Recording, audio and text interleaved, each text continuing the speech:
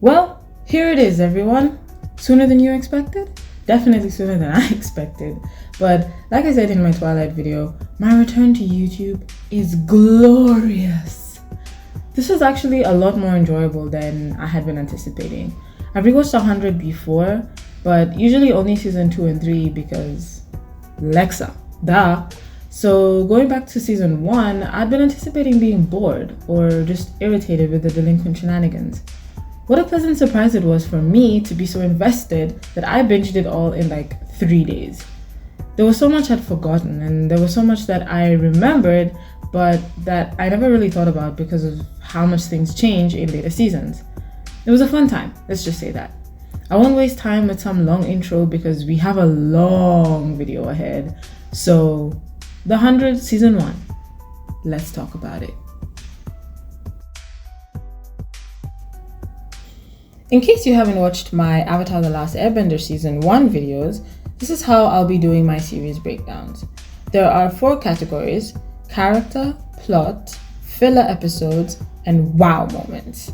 For this to make sense, let's start with the plot. In the simplest terms, life in space is no longer possible. They have to get back to Earth, but life on Earth is hostile and unpredictable. I'm mentioning this broader summary of the plot because it's what I'll use to determine how well the season stays on track and if the finale does a good job of tying off or expanding that plot in a meaningful way. Delving deeper though, we actually follow 2 plot lines: the kids on the ground and the rest of the arc in space. With the kids, we watch them trying to figure out what life on the ground will look like. Who's in charge, what's the structure of the society, where to get food and water and all of that. Plus, what to do now that they know that there are other people on the ground who are incredibly hostile towards them. Meanwhile, up in space, they're running out of air and desperately need a solution. Abby, Clark's mother and a member of the council, has faith that the ground is safe and that the kids will be fine and they can follow them down soon. But since they have no way of communicating with the kids, all they have to go on are the wristbands monitoring their health, which the kids promptly start taking off just to spite the ARC leaders. I mean, what did they really expect from juvenile delinquents, right? Anyway, because of the uncertainty of the ground's survivability, Kane, who is also on the council, is pushing for them to move on to Plan B, which is to kill 200 and something people to reduce the population and give everyone else more air while they figure out how to fix whatever is wrong with the Ark. Now, as you can expect, the leader, who they call the Chancellor, Jaha, is very hesitant to order the deaths of 200 people. So he decides to wait and see how things go with the kids. It's incredibly compelling TV, I'm not gonna lie. Seeing both sides of things and how the kids' decisions on the ground are affecting things in space in ways that they don't even realize makes everything so tense. There are immediate stakes, beyond just like, oh, the kids need to survive. We have 200 plus innocent lives on the line, and as Kane points out, every day they delay making the decision to kill them, 10 more people will have to die. The story progresses very well, in my opinion. Things kick off as early as the first episode with the 2 kids dying in the dropship, and they never really stop. It surprised me how well each episode advanced the plot, actually, though I guess it shouldn't have because it's only 13 episodes. But I guess with how little I remembered about season 1, I just assumed that not much happened. I mean, if you think about the plot, it's just very simple. But would you believe it? They managed to use every single one of the 13 episodes in a meaningful way. Even when the episode is about everyone being high, I wouldn't call it filler. Now, I will point out that filler isn't bad. I don't hate filler. Actually, I really like filler episodes because they give us more time with the characters and allow us to see them in more relaxed situations, or even just different situations that we otherwise wouldn't have if it was just plot focused. However, for this particular story, it's better that there was no filler. There's a time crunch, remember? The Ark is dying. People need to be executed. If the show slowed down for a couple of episodes to show us Bellamy hunting or how the kids actually built the camp, it would just take away from that urgency. All that to say, I'm a huge fan of the pacing in this season. And how well do they stick to the plot? Incredibly well. There's a lot of drama because, I mean, these are teenagers, let's remember, but it doesn't take the show off course. Episode 1 introduces the issue. Again, dying Ark, no oxygen, what are we gonna do? And on the kids' side, it's, oh crap, there's people here trying to kill us. What are we gonna do? And the final episode concludes both of these issues. They're all on the ground, so obviously there's an abundance of air. Issue 1 solved. Then they have this scene, which I think is just... So while I was editing, I realized that everything I was talking about from this point on was basically stuff that happened in the pilot episode of season 2, and I apparently binged into season 2 without realizing it when I was taking down my notes for season 1. And so the glorious ending that I go on another 2-minute speech about how perfectly it ends the season is actually season 2's beginning. So I'm just gonna cut all that out and basically just say that season 1 ends with all the kids having defeated the Grounders because, they blast off in the rocket and burn all the 300 warriors that come to get them, and they come out, most people are alive, and so, well, they think Bellamy and Finn are dead, but it's basically the 100 win against the Grounders, and so it still ties off that second issue that they introduced in the pilot. But then they take it a step further in the beginning of season 2, which I will talk about in my season 2 breakdown, which won't be for a while, but you will get to hear the very, very long speech I gave about how perfect that ending was, except now it's just going to be how perfect the beginning of season 2 is. Anyway, back to the video. I call that a win in my book. The 100 gets 10 out of 10 for plot this season. I also want to point out that ending with the Mount Weather cliffhanger was actually really good because Lincoln had mentioned them before, saying they needed to leave before the Mountain Men came. And I think Anya mentions them as well at some point, so it makes sense for them to be the final thing. Well, you didn't get out in time, so now see. There's this thing the Grounders kept talking about, so it's with the 100 defeating the level 1 boss, they move on to the level 2 boss.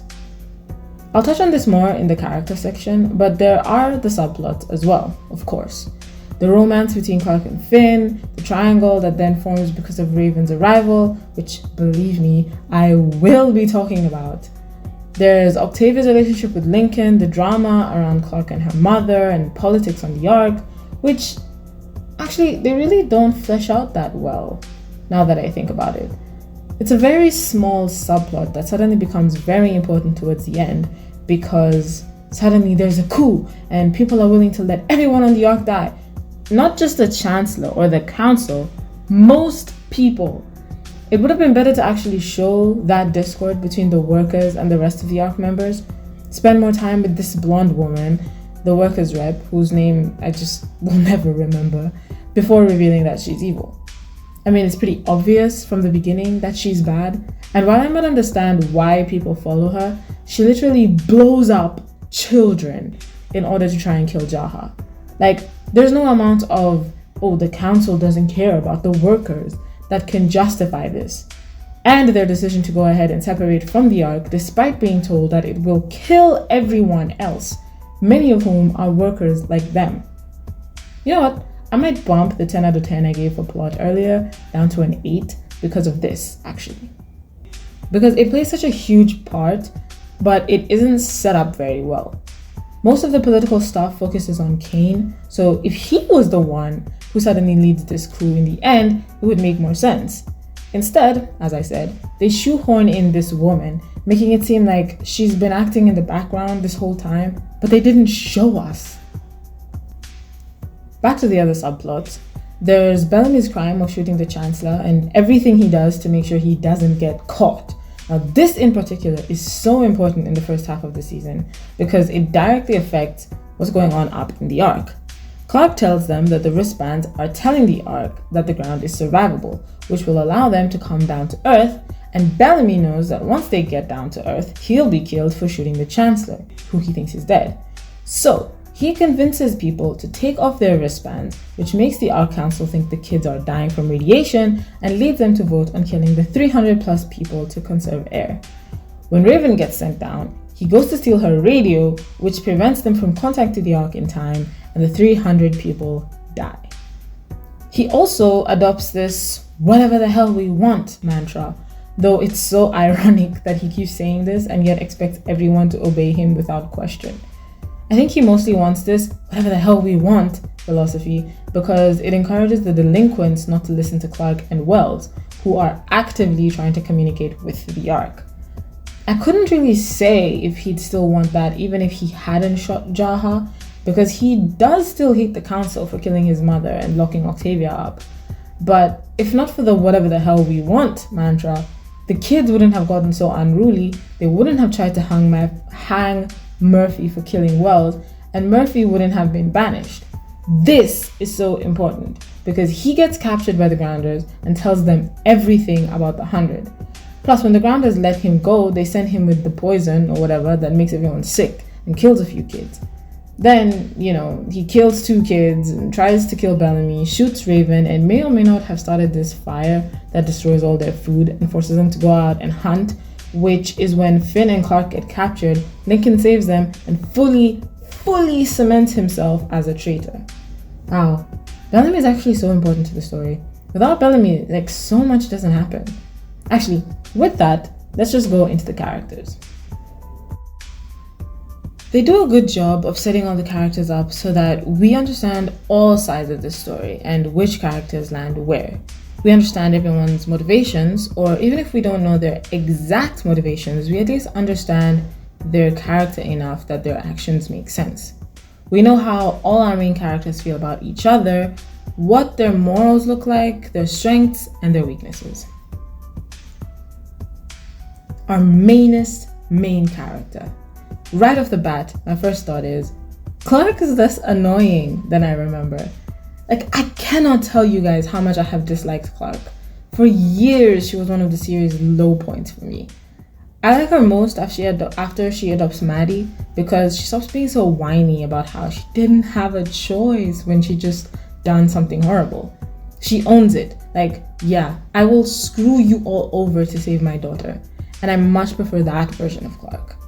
However, during this rewatch, and this is very difficult for me to admit given how much I have hated on her in the past, I found myself actually liking her. Man, what a turn of events. I definitely couldn't have predicted it, I'll tell you that. I just really sympathize with her, and it unsettles me because, as I said, I've been very vocal about my hate for her. She's just genuinely trying her best in increasingly impossible situations, and it weighs on her realistically. She never wanted to be the leader, but she just can't trust anyone else to be because they're all idiots. But okay, let me back up. Who is Clark? She's the leader of the 100, a daughter of one of the members of the council, so unlike all the other kids, she's pretty privileged. The reason she's part of the 100 at all, who are criminal delinquents, let's remember, is because her father, Jake, who was chief engineer or something like that, is the one who discovered the malfunction that is causing them to run out of air. He wanted to go public with it, but the council decided to keep it a secret. Now remember that Clark's mother is a member of the council, so basically her mom and dad are at odds here. Her dad decides to go ahead and go public anyway, but the council finds out and executes him for it.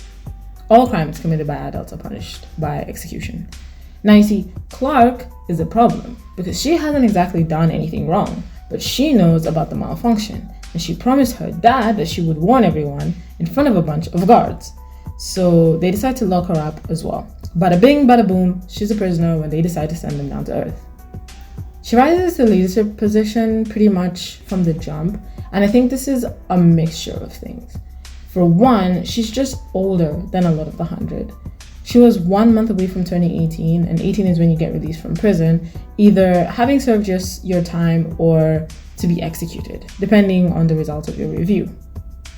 There's also the fact that she spent a lot of time helping her mother in medical. She was being trained to take over, I think, so she's used to assessing situations and giving orders. Add both of these to the fact that the 100 are determined to act like wild children, and what choice did she have, really? Her and Wells, the other only privileged kid, are the only ones who actually want to go look for food and water when they land. How can they not care that they don't have food? Not wanting to do what the Chancellor said, I understand. But when Clark says they need food and everyone is like, how about you go get it then? It's just like the height of stupidity.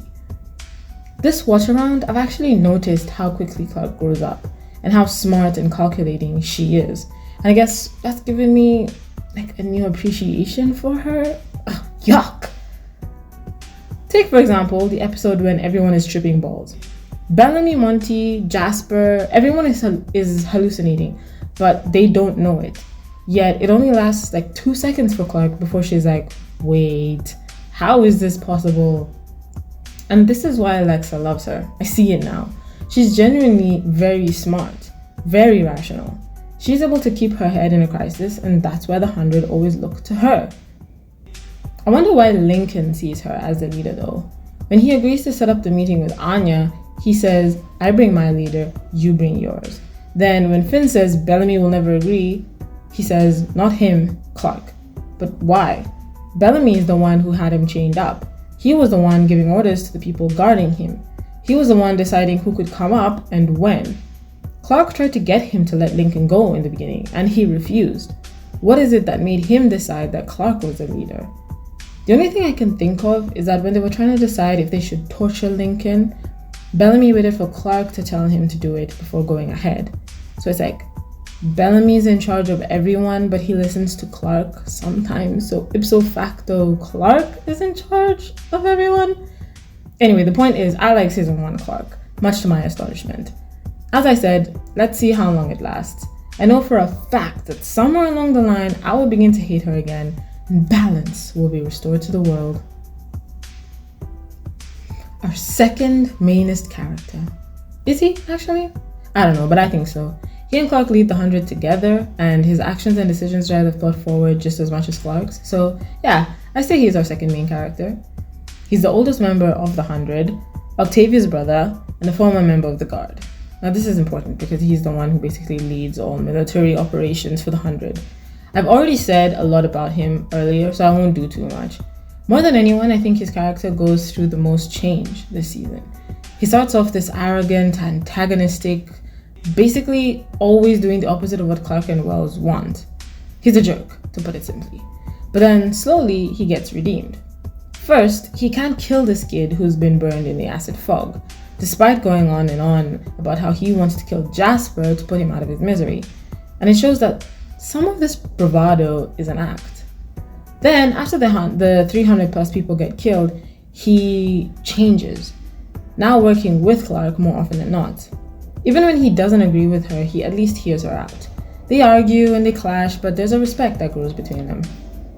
Now, I am 100% on the Lexa train, but I do have to say that I think Bellamy liked Clark, or could have liked her if he let himself. I mean, when you're planning to secretly run away, there's a way you look at someone who's just your friend, who you're gonna miss, and then there's a way you look at someone that you're kind of attracted to. This isn't the I'm gonna miss my friend look, okay? I'll have to pay attention when we get to season 2, but I don't think this carries over. I think there's a shift that happens where it becomes platonic. Clark just becomes his best friend. I think he chose not to pursue those feelings, and I don't think Clark ever saw him that way. But I do think that in the beginning, the writers were planning for them to get together, so they put in scenes like this. Even the way they have her defending him to Finn. They have her tell Finn that she trusts Bellamy, and then in another scene later on, she goes to Bellamy for backup because she doesn't trust Finn and his idea to meet with the Grounders. Finn even says, you didn't have to trust the Grounders, you just had to trust me. She doesn't even try and say, I do trust you, Finn, or anything like that, because she doesn't. They were definitely setting up Bellamy and Clark. Then Lexa came in, and that was quickly forgotten. Bellamy's characterization is very strong, as most of the characters is, honestly. But the most important thing about him is his relationship with Octavia, his sister. I'll talk about her next, but focusing on Bellamy, more or less everything he does is for Octavia. They're the only siblings on the arc. Like, even among the adults, there are literally no other siblings because of the whole one-child policy. And since he was like 7 or 8 when Octavia was born, Bellamy's entire life has just been about protecting his sister. There's nothing he cares about more, and nothing that can push him to act completely insane, like thinking she's in danger. Over the course of the season, he starts to care more about other people, though. As I said, he forms this semi-dependent relationship with Clark, so that by the end, I think he actually cares about her the most, second only to Octavia. He also takes the responsibility of being in charge of the 100 very seriously. When they're about to leave their camp to escape the Grounders' attack in the last episode, he's standing at the graves and he says 18 dead when Clark tells him he did well, as if it was him who failed to keep them alive. Mind you, 2 died on the dropship on the way down, Murphy killed another 2 while being a little psychopath, and Adam died in acid fog they didn't even know existed until that point. I think it's safe to say that Bellamy is a protector. Like, that's the core of who he is. Clark is more of a diplomat. She's more willing to see the bigger picture or understand the enemy's perspective, which gets fleshed out more in season 2 and means that she's sometimes okay to sacrifice a few to save many. Bellamy never ever wants to sacrifice his own people. Like, he'd rather die fighting, which obviously isn't very reasonable and is why he needs Clark. Outside of Octavia and Clark, though, Bellamy doesn't have any meaningful relationships this season. We're always seeing him with all these girls, which I try not to think too hard about because, again, he's in his early 20s and these kids are 17 or just turned 18. But we don't know their names. We don't even get to see him actually interact with them, like not even seduce them. They're just always in his tent half naked. With the rest of the guard, he doesn't seem to have any bromance with any of them. Like, does he like Miller or Atom? Does he actually hate Murphy but needs him for his whatever the hell we want agenda? We don't know. He doesn't seem to feel bad when he ties Atom to a tree and leaves him all night, or when Atom dies. We don't know if he has any friends, is basically what I'm trying to say, which isn't great for our second main character. I do specifically want to point out that I love scared/worried Bellamy. This look he gets is just so adorable and vulnerable, yet simultaneously so intense. Octavia is a character and a half. I love her so much. Monty said it perfectly. If someone reads under the floor, it's a wonder she's not a basket case. She's 16, I believe, maybe 17, probably 16 though. And man, does she have that spirit. It's understandable, since her entire life, the only people she's ever known are Bellamy and her mother. She got one single night out of a tiny room, one night in 16 years, which couldn't have been more than an hour or 2, and then promptly got locked up in a cell. So for her, coming to the ground was everything she could have asked for. She's fiercely independent, opinionated, stubborn, but also very resourceful, very brave, and just a good person. Given the kind of madness that some of these kids give into, it's very important to point out that Octavia is one of the genuinely good ones. She knows Jasper likes her, and even though she doesn't like him back, she's nice to him, and she uses his crush to motivate him to be a better person. And she might not be attracted to him, but she does care about him a lot. Like, she stays by his side the entire time he's injured. She also bonds with Monty and Atom, starting a really sweet relationship with him, actually, until Bellamy ruins it. Then there's Lincoln. Despite the fact that he locked her up as she literally begged him not to, Octavia is able to see that Lincoln is actually helping her. She's actually open to seeing the good in the Grounders, even though they've done nothing but attack and kill her people since they landed on Earth. Her relationship with Lincoln is a bit rushed, if we're being honest, considering that at the end he'll ask her to run away with him to some distant clan and leave her people behind, and she says yes. And I know she later says she can't go because Bellamy gives her a speech about how he's never gonna leave her or something like that, but if I'm supposed to believe that she would even consider leaving with Lincoln, I would have liked to see them together more, developing that romance. But you know, not everything is a slow burn. Sometimes two people meet and it's just bam, fireworks and intense love. It's not like their relationship isn't believable, it super is. Even Lincoln betraying his people, completely turning on them, killing them to save not even Octavia but Clark and Finn, just because they're Octavia's friends, it's believable. At that point, he's already a traitor.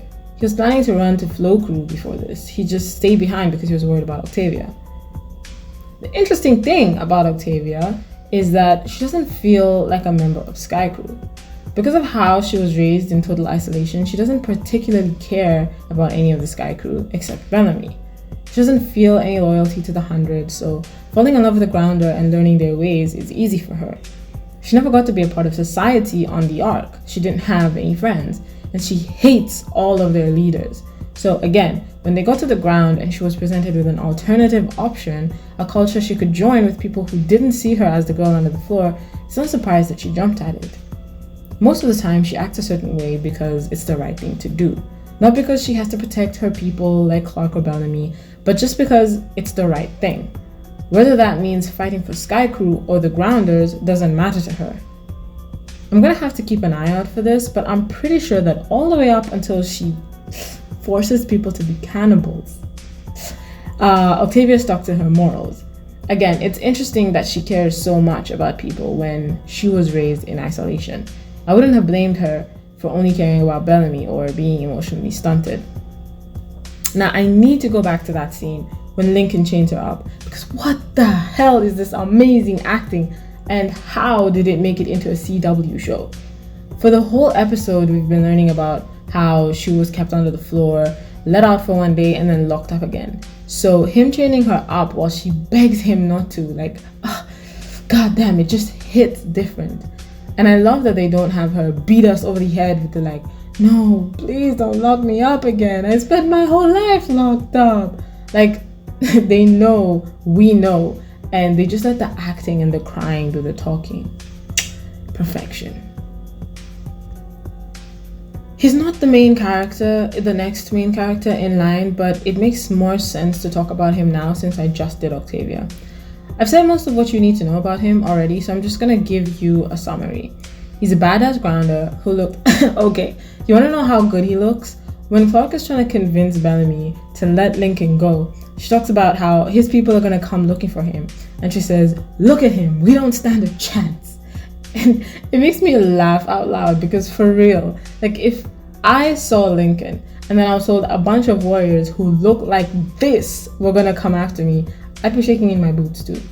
Cannot blame Octavia for falling for him as quickly as she did. It's either Jasper or this. Please. Also, the way he takes Bellamy's torture is just insane. He doesn't cry out or yell or beg them to stop. He just stands there all imposing and formidable and glares at them the entire time. Absolute top tier badassery. I would like to point out, however, that it takes 5 seconds with Raven in the room for him to instantly become afraid. Bellamy has been beating him with a seat belt buckle over and over as hard as he can, and then Raven is just like, "Hold my beer," and he starts hyperventilating. Hilarious. Since he's the baddest badass of season 1 and Raven has him this shook, I think that means that Raven is the, by default, baddest badass of season 1, right? I think I'll make this an award moving forward. I'll name the character I think was the most badass of the season. Season 2 and season 3 are Lexa. Don't at me. I don't even need to watch it over to know. In season 2, she has this introduction, and then this introduction with Clark, and then makes this shot with a dagger, and then tells Clark that she should have let her get mauled by a giant gorilla and that saving her was weakness.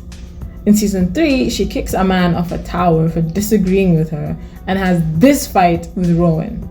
No further explanation is necessary. I'd want to give season 4 to Lexa as well because of the way she comes in while Clark is in the City of Light, but I think that's the same season where we have the conclave for the bunker, and we get to see Luna fight and Octavia fight, plus Octavia might also do the whole "you are one crew" or "you are the enemy of one crew, choose" thing in season 4 as well. I can't remember. If it's season 4, then yeah, I might have to give that to Octavia. Sorry, Lexa. Wow, I went so off topic. We'll deal with season 4 later. Season 1 badass is Raven. I think I'll leave the 100 there for now and go back to the arc. So, Clark's mother, member of the council, the only doctor on the ark. Okay, I know she's not the only doctor. I guess she's just the best. She's the head of medical, and I think probably the most talented surgeon. But with the way everyone acts, you'd think it's just her and Jackson. I don't want to spend a whole section talking about Jackson. This video will be long enough without such an empty character. So since I've mentioned him, let me just say that I don't like him. He feels like he exists just to say the next line. I don't feel like he's a real person with a history. Even when he gets more screen time and he's in a relationship with Miller, he just feels empty. Anyway, Abby is basically the only person on the ark holding out hope that the ground is survivable and the kids are okay. Her daughter is down there, so obviously she's not quick to give up. And if people had just listened to her, 300 people wouldn't have died. She's always fighting with Kane, who I'll talk about next, and it makes it seem like he's bad and she's good. But then you find out that she was the one who reported Clark's dad, her husband, to the chancellor, which got him floated. So then you're like, wait, is she good? Or is she only fighting so hard to believe the 100 are alive because of Clark? But no, she's good. She genuinely just doesn't want hundreds of people executed if there's another option. We find out that she has a very close relationship with the chancellor, Jaha, and that he was her husband's best friend. So when she told him about her husband's plan to go public about the oxygen thing, she was basically just telling her friend to talk to his best friend out of a dumb idea. Very tragic, honestly, when you think about it like that. I'm not sure how she's still friends with Jaha. I mean, I'm not sure how we don't hate Jaha more. And I hate Jaha, mind you, just not for this. He should feel a lot more guilty about that than he does. It's because of Abby and her stubbornness that Raven comes down to the ground, which is so lucky because the 100 would definitely be dead without Raven. Raven segment is coming up, but for now, Abby sending Raven down was the most important thing she did. Let's just say that. To summarize Abby's character, I think I would say she's stubborn, very stubborn, a trait she shares with Clark, actually, and very concerned about the right thing to do. She's definitely the most moral person on the arc for the larger part of the season. And of course, she loves Clark. Like, she will do whatever she has to for Clark. He's introduced to us as the bad guy. I actually forgot how evil they made him seem, just because of how much he changed moving forward. But they really go heavy with it. From the beginning, he's pushing for hundreds of people to be killed. He's expediting Abby's execution when her crime was trying to save Jaha, their leader. He's having these secret conversations with some of the guards that make it seem like he's plotting against Jaha or the rest of the council, and he just genuinely seems like a jerk, you know? But once they realize that the kids are on the ground alive and that they killed those 300 people for no reason, he does a complete 180. And I wanted to hate it, believe me. I wanted to say how it was rushed and unearned, but I cannot. It fits. He wasn't some mustache-twirling, power-hungry politician. He genuinely believed that they were doing the right thing, sacrificing a few to save the rest of humanity. He's so devastated by what he's done that he then goes completely in the other direction, determined never to let another person die. He didn't want to be chancellor, which is what it seemed like in the beginning. He just hated how indecisive Jaha was being. But he has many opportunities to take over while he's interim chancellor, and the guards seem to be more loyal to him than to Jaha, so he could stage a coup if he wanted. But again, he doesn't care about that. He actually really does only care about the good of the human race. His arc is so complete that the show starts with him wanting to sacrifice 200 people and ends with him volunteering to sacrifice himself to save everyone else. I can't sum it up any better than that. To be honest, I don't have much to say about Jaha. I don't like him, I've said this, but it's not because of season 1. He's fine this season, honestly. He's a pretty good leader, he's fair, just, he's clever-ish. I mean, being manipulated by this woman was a bit dumb because she's so obviously an evil character, but it doesn't bother me too much. I mean, she did come to him before talking about how her people weren't happy, so I can see him thinking appointing her was a good decision to appease the people. But I feel like a smart leader, like, I don't know, Lexa, would have had people watching her, reporting her actions back, so she always knew what this woman is up to. Did I just manage to include Lexa in a conversation that had nothing to do with her? Yes, I did. Am I sorry? No, I'm not. Lexa is the best.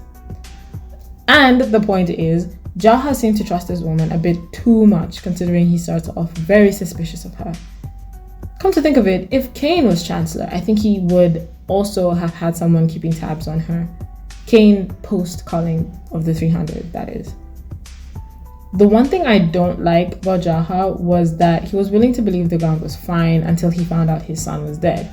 Then he started telling Abby that it was misplaced hope. Abby was in the same situation after Monty fried all the wristbands and they thought all the kids were dead, but she didn't stop believing. She kept telling them that radiation poisoning doesn't work like this. Like 1 minute they're fine and the next dead. And Jaha was willing to listen while he believed his son was alive. But once he died, all of a sudden, I'm the Chancellor, Abby. I can't rely on wishful thinking. But again, it doesn't bother me much. Him getting off the ship and sacrificing himself for everyone was a really great moment for his character. It was a nice way to show how seriously he takes his position as Chancellor and the responsibility that comes with, plus his courage. I also like these kind of a captain goes down with the ship situations because it just shows that the character, whatever their flaws, has a sense of honor. This is why I hate how they undid all that to bring him down to Earth anyway in season 2. I wish they just let him die on the Ark, but that's for another video. Back to the kids and my favorite of the 100, Raven. As I've said, the baddest badass. She's stubborn and cocky, but has the skills to actually back it all up. She's a genius and only becomes even more of a genius moving forward. She's sassy, sarcastic, tough as hell, and just the best character. Like I said, she's basically the only reason the 100 are even alive. She builds bombs, makes bullets, makes radios that the 100 used to communicate with each other, builds a radio to talk to the Ark, which is how they find out about the supply shelter where the guns are in the first place, not to mention blankets that they need because winter is coming. And she opens the door when Murphy's hanging Bellamy, which saves his life. And you know that the 100 are definitely dead without Bellamy. And in the end, Raven is the one who teaches Jasper how to fix the rocket so they can blast off in the last episode and kill all the grounders, which saves literally everyone. Did I mention that Raven is the season 1's badass? Her story is actually really sad when you stop to think about it. She says her mother basically had her so she could have her food rations, and she only survived because Finn shared his food with her. Her mother was, from what I understand, basically a drug addict prostitute, and she didn't care about Raven, at all. So when she says that Finn is all she has, it's really not in a figurative sense. There is no one else in her life who actually cares about her. I think they later start to develop this closer mentor-mentee relationship with her engineer boss, Sinclair. I don't know if he's her boss, but whatever. They have him become very important to her, but I don't know if that's how their relationship was prior to them coming down to the ground. So it makes her coming down to Earth only to find Finn in love with Clark all the more painful. I'll talk about that more when I go into Finn's character next. Basically, Raven is what I like to call an essential side character. In a show with an ensemble this large, there are bound to be characters that don't really have much to do and just exist in the periphery, like Jackson or Miller. But then there are those who are vital to the story. Like, if you cut them out, even with the main character still being there, the show just doesn't work. Lexa is an essential character. Raven. I definitely didn't mean to say Lexa just now. I think I'm mixing up my badass characters. Sorry guys. Raven is an essential side character, and so is Murphy. She reminds me of Bonnie from the Vampire Diaries, the most powerful member of the group, the one everyone always needs and would definitely be dead without, yet also the one all the bad things happen to. The consequences always blow back on Bonnie. She suffers so much, usually as a result of trying to save someone else, and it's so painful to watch. This is basically Raven. To be fair, Many people suffer in the 100, not just Raven. Clark herself goes through a lot, so I wouldn't say that Raven has a disproportionate amount of suffering as compared to the main characters, but it's just so sad to watch it happen to her. Like, in this season, with her getting shot because Murphy is a psychopath, she never recovers. Spoilers? Like, she'll be dealing with this until the very end, and it didn't need to happen to her. She wasn't even there when everyone hung Murphy. I don't even think she knows what the hell he's so mad about, yet she pays the price for going to save Bellamy. It just makes me sad whenever Lexa is in pain. Raven! Man, I don't know why that keeps happening. Side note, no one talks about how Raven fully electrocuted Lincoln just to make him talk. Badass as I think it is, she's all about morality and doing the right thing in later seasons, judging the others for making questionable decisions, and yet she started on the same day as Clark. I just think that's interesting to note. She did not hesitate putting those live wires to Lincoln in order to save him, in order to save Finn. So where does she really get off giving people lectures, mostly Clark, about going too far? Another side note, I forgot Raven and Bellamy slept together. Oh my goodness, how weird is that? Raven and Bellamy. Bellamy! I would never have remembered that. I mean, it makes sense given the situation. He's been shown with multiple girls throughout the season, and Raven is hurting over Finn, but it's just like, ugh, yuck. The cockroach. My goodness, was he truly a fully evil little rat. At first you're like, oh, he's just a jackass like Bellamy, pissed off at Wells because of how his dad, the Chancellor, killed Murphy's dad for stealing medicine for him. Which we don't know yet. We just know the Chancellor fooled his dad. But no, he's really worse than most of them. I say the most. Not all of them, but most. Like, his thirst to kill Charlotte wasn't just a heat of the moment, I've just been hung kind of thing. He's actually a bloodthirsty murderer. My goodness. And he's not alone. There are a handful of kids who chase Charlotte down through the woods with him, and I'm not sure why they don't get exiled with Murphy as well. Plus, all these kids who call for Murphy to be hung in the first place are just as unhinged as he is, to be fair. But then Murphy comes back and proceeds to kill the kids who try to hang him. That's not survivor behavior, that's villain behavior. He was evil. He also pees on this one kid, which in itself is enough for me to excuse this one kid from wanting Murphy to hang. Like, he peed on him. Murphy was the damn worst in season 1. He starts to grow on me in season 2, but in season 1, absolutely no redemption. He's bad from start to finish. He starts off with no particular love for the Ark and ends with no particular love for the Ark. He has no reason to be loyal to the 100, so him having a change of heart at the end or something would be very off. He says it himself. He only comes back because he doesn't want to die alone. He knows his best chances of survival are with the rest of his people, but that's the only thing keeping him there. He's still very much untrustworthy. Damn cockroach. And this is what I mean when I say that the 100 are kids. In the last couple of episodes, they are about to be attacked by hundreds of grounders, and yet Murphy is slinking around, killing people, distracting people from arming or defending the camp, and nobody even realizes it. Bellamy is literally the only one keeping focus, trying to tell people to go back to work. But no, they'd rather stand around the ship, which is closed, just staring, rather than laying the landmines that Raven spent so much time making. Stupidity. But like I said earlier, he's essential to the story. He causes a lot to happen.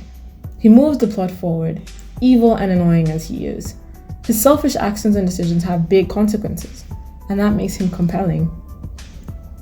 I also want to point out that he goes through a lot more than most characters on this show. He's hung and almost dies, then he's captured and tortured by the grounders, and we know the grounders are vicious. Who knows how long he was tortured? Days, probably, just for them to be sure that he told them everything.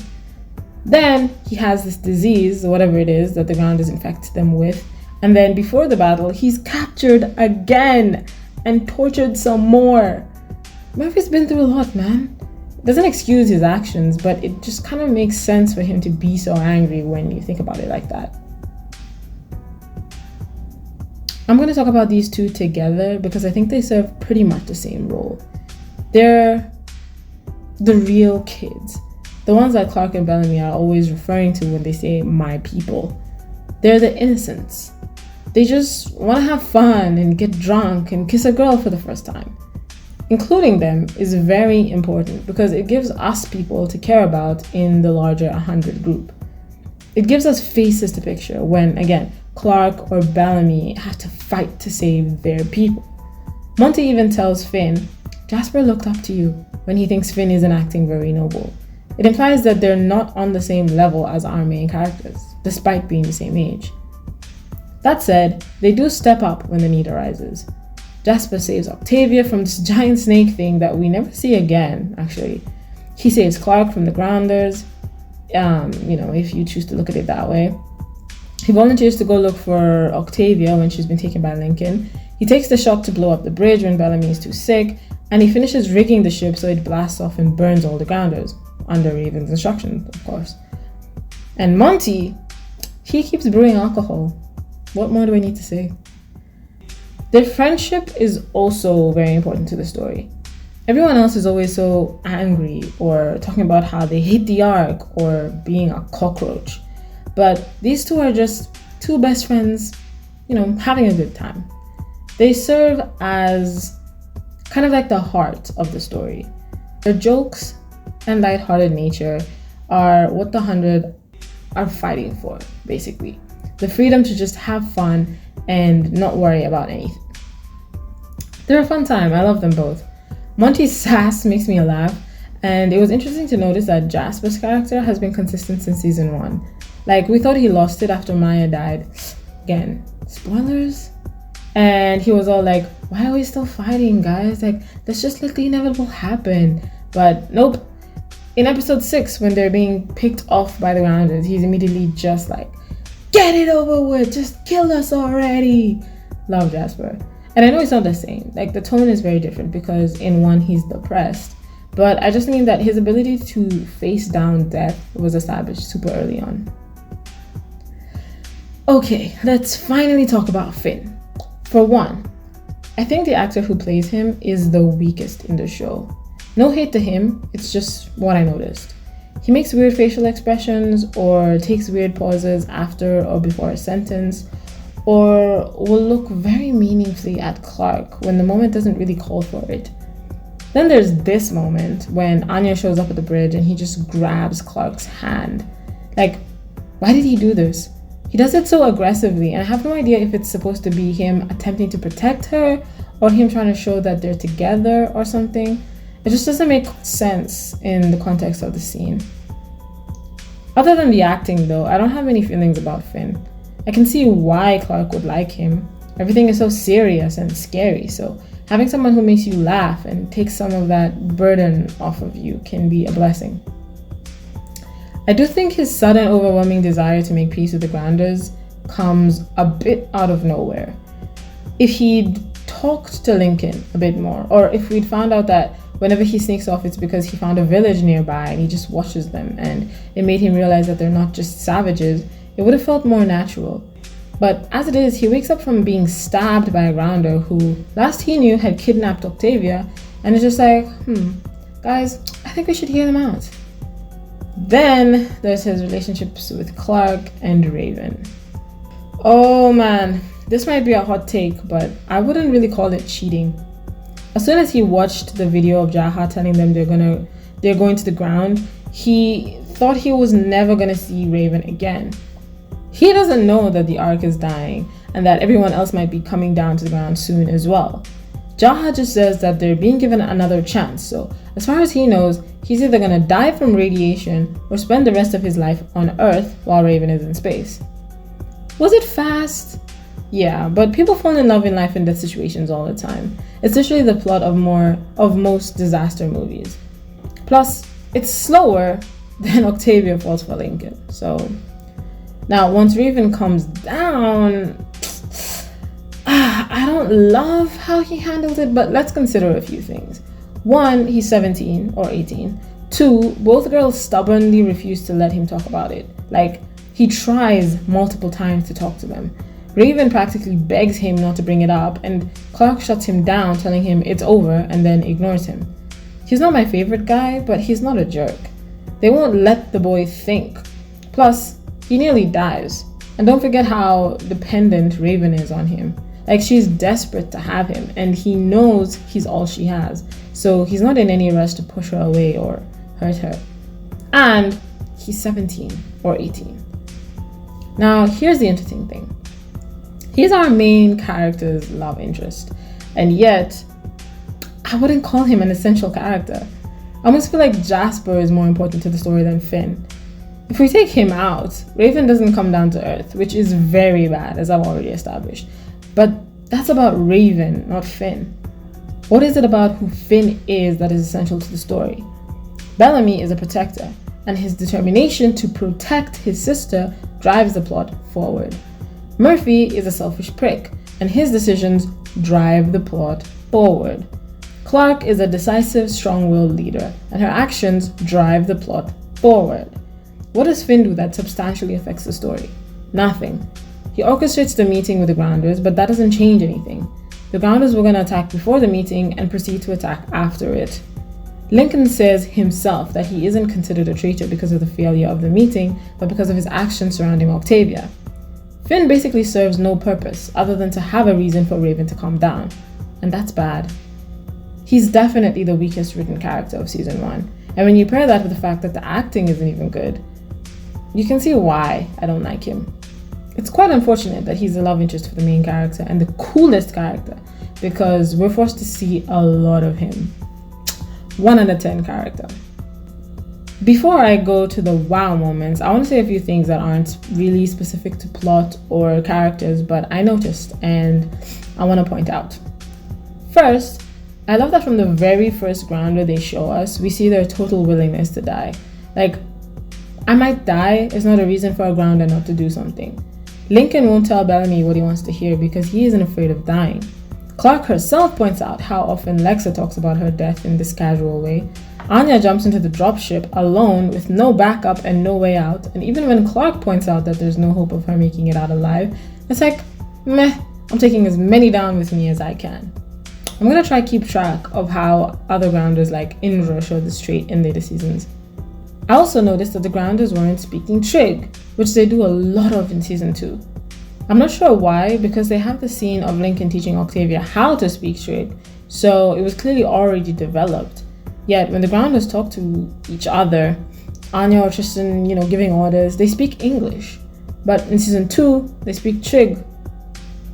The Reapers also look different. More like a different clan and more in their right minds than we see in season 2. And by in their right minds, I don't mean sane, because they are implied to be cannibals. I just mean that they don't seem in a drug haze or craze, or in a state where they can't recognize the people they love. They just seem like an insane clan. I couldn't really find a good place to fit this in, but I want to talk about the Ark's justice system. I understand the need to be ruthless because of limited resources and space. They can't just have people serving life sentences for crimes because it's an actual strain on the rest of them. Fine. So having all crimes be punished by death, while it may seem extreme to us, I get it. But for the kids, the system doesn't make sense. If a 10-year-old commits a crime, they'd be locked up for 8 years, and then their case gets reviewed and the council decides if they should go ahead and float them or let them back into society. Why do they have to wait 8 years? I mean, they're already killing people for crimes as simple as disobeying the chancellor's orders. That's Clark's dad. So if you're gonna be ruthless, be ruthless. Don't waste 8 years of resources, which include air in this situation, on a kid that you will probably execute anyway. Then, the rules themselves seem to be very wishy-washy. Octavia gets locked up despite not actually committing any crime. I mean, it wasn't her decision to be a second-born, and yet Bellamy, who was a full adult when Octavia got caught, and who had been an accomplice in keeping her hidden, is just let free? How? Then, some of the juvenile delinquents are murderers, like actual murderers. Why lock up a teenage murderer who you know very well will be floated the second they turn 18? Why not just float them? Furthermore, how is it fair a 17-year-old who does something like steal to be given a second chance after only 1 year in lockup But a 10-year-old thief served 8 years before getting that same second chance. Doesn't it make more sense to have a sentence for each crime? Like stealing food is 3 years before review, but stealing medicine is 5 years, and murder is just instant floating, so on and so forth. Then, if a child turns 18 before their sentence is up, tough luck. It's floating time, because adults don't get a chance for review. Then, this is the last thing, I promise. Abby gets pardoned because they really need her medical expertise, with everyone suffering from oxygen deprivation symptoms, which, mind you, she admits herself she can do nothing to treat. But her husband, who is the engineer that discovered the oxygen issue in the first place, and is probably best placed to help fix it, was deemed non-essential enough to kill.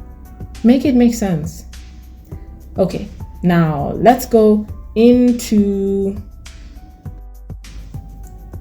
In no particular order, these are the moments that either made me laugh out loud, which is no small feat, or were just epic in some way. That's all. Hilarious. Remember when I said that the grounders aren't kids in my last video? Here is exhibit A. Even the way he does it, like Miller thinks he's being all intimidating and Lincoln is just like, child, get out of my face. 10 out of 10 moment. This moment was so jarring, like so completely out of pocket that despite knowing it was gonna happen, I still gasped. That spear was thrown with so much force. It is so huge. And then the fact that it's Jasper. Oof, it's just also unbelievable. And you can feel all the other characters' disbelief as well. Epic. I've talked about this already, but I still need to put it on the list. The acting was great. And the way they just let us infer what's happening rather than over-explaining why she would hate being chained up. I just cannot praise that kind of writing enough. I think the craziest thing about this is how fast they rigged up this noose and got it around his neck. These kids, like, they were ready to kill him. Then Bellamy actually kicking out the chair. It's just crazy. I remember the first time I was watching this, I just didn't believe that they were actually going to do it. So Bellamy giving in was very shocking. Since Murphy was hung for this crime, it feels fitting that this comes next.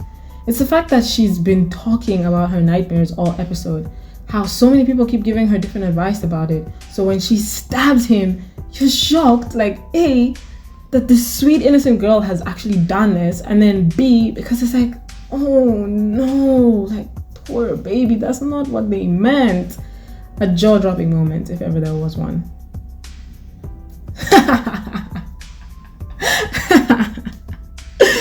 I love sassy Clark, and we all know that I love Raven. Damn, I have to stop doing that. Anyway, Raven and Clark together are just very entertaining, and it's just shown brilliantly in the scene where Raven is bleeding out with a bullet in her spine and grounders are beating down their doors about to kill them all, and yet the writers make sure to put in this joke. It's not rocket science. It is rocket science, actually. Hilarious, man. I just love how they managed to kill 3 people 3 different ways. One of them with that same insane spear throwing tactic that was used on Jasper. Like they came down from the trees like some kind of special ops tactical military team. Tell me how the grounders were able to descend upon this boy like this and then ascend back into the tree so fluidly. Crazy. This makes me so sad, and I just had to put it on the list. The fact that we've seen this dad with his daughter before, and now he's talking about being glad he can just do something to save her, and knowing that it's unnecessary because the ground is fine. Like, oh, it's heartbreaking. I would completely understand if that girl grew up to hate the council and then assassinate them all in their sleep. Because, my goodness. Having an abstract number like 300 is so difficult to process when we're talking about death. But bringing in this guy who, as I've said, we've seen before, and personalizing the story so that it's about a father's love for his daughter, makes it hit so much harder. And there you go. my review of The 100 Season 1. It's insane how little I remembered, honestly. Tristan? I would have denied his existence 3 weeks ago. Why were Bellamy and Finn not in the mountain with the others? I couldn't have told you. Like, I'd never even wondered. It was just a fact.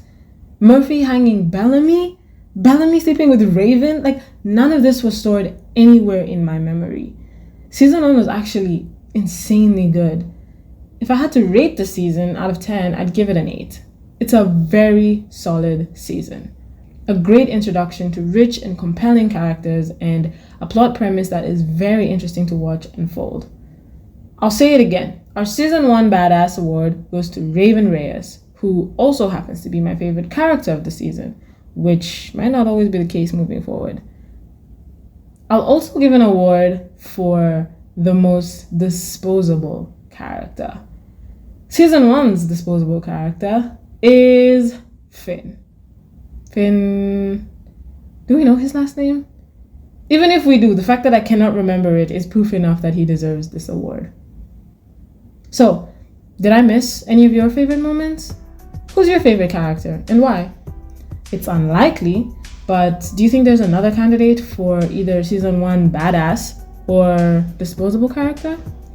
Let me know in the comments down below, and I'll see you in another video.